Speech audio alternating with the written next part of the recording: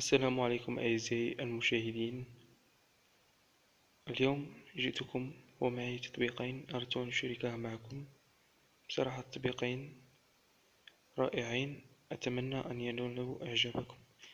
إذن بدون إطالة عليكم نبدأ بشرح التطبيقين. التطبيق الأول اسمه صلاتك. نقوم بفتح التطبيق.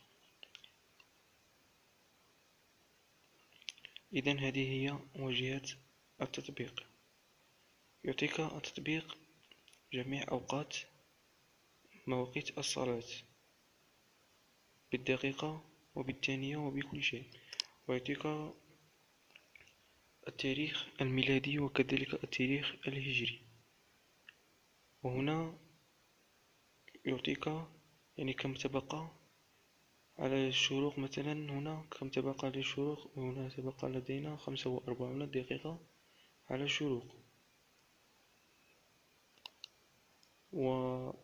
وفي الظهر يعطيك كذلك كم تبقى للظهر عندما يقترب موعد الظهر، وكذلك مع جميع الأوقات. إذن هذه هي الخاصية الأولى. الخاصية الثانية يعطيك تطبيق يعني المساجد التي تبعد عن موقعك.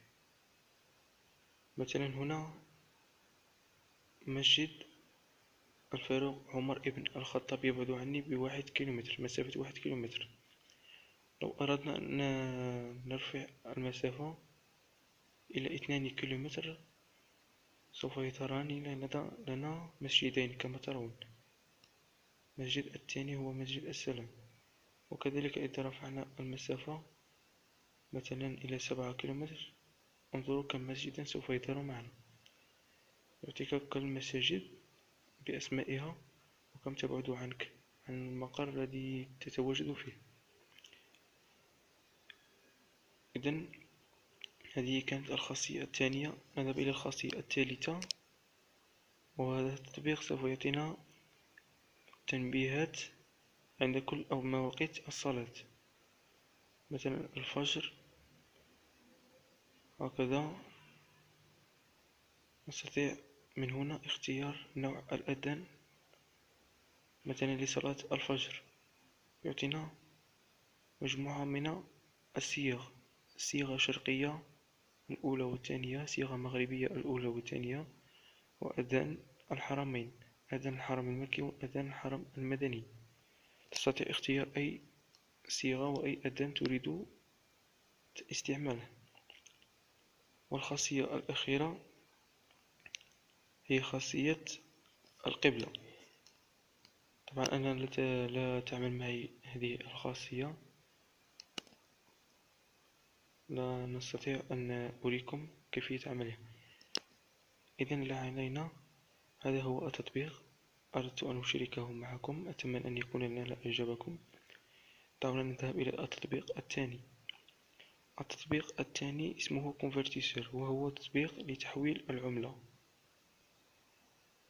لديه واجهة سهلة الاستخدام. هنا نختار العملة التي نريد أن نحولها، مثلا الأورو.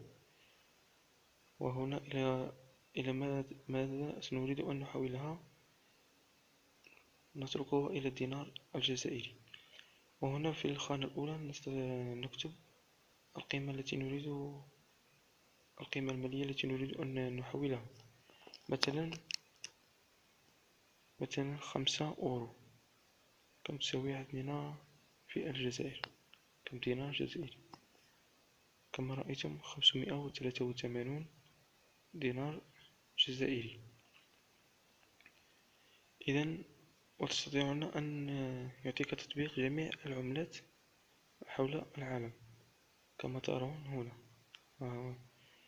جميع العملات. تطبيق بصراحة تطبيق رائع، ويجب أن يتواجد في هاتفك الأندرويد. إذن هذه التطبيقات التي أردت أن أشاركها معكم. أتمنى أن تكون قد نالت إعجابكم، وأتمنى أيضا أن تشتركوا في قناتي والضغط على زر اللايك وتفعيل الجرس ليصلكم كل جديد إن شاء الله. وإلى اللقاء في حلقة قادمة.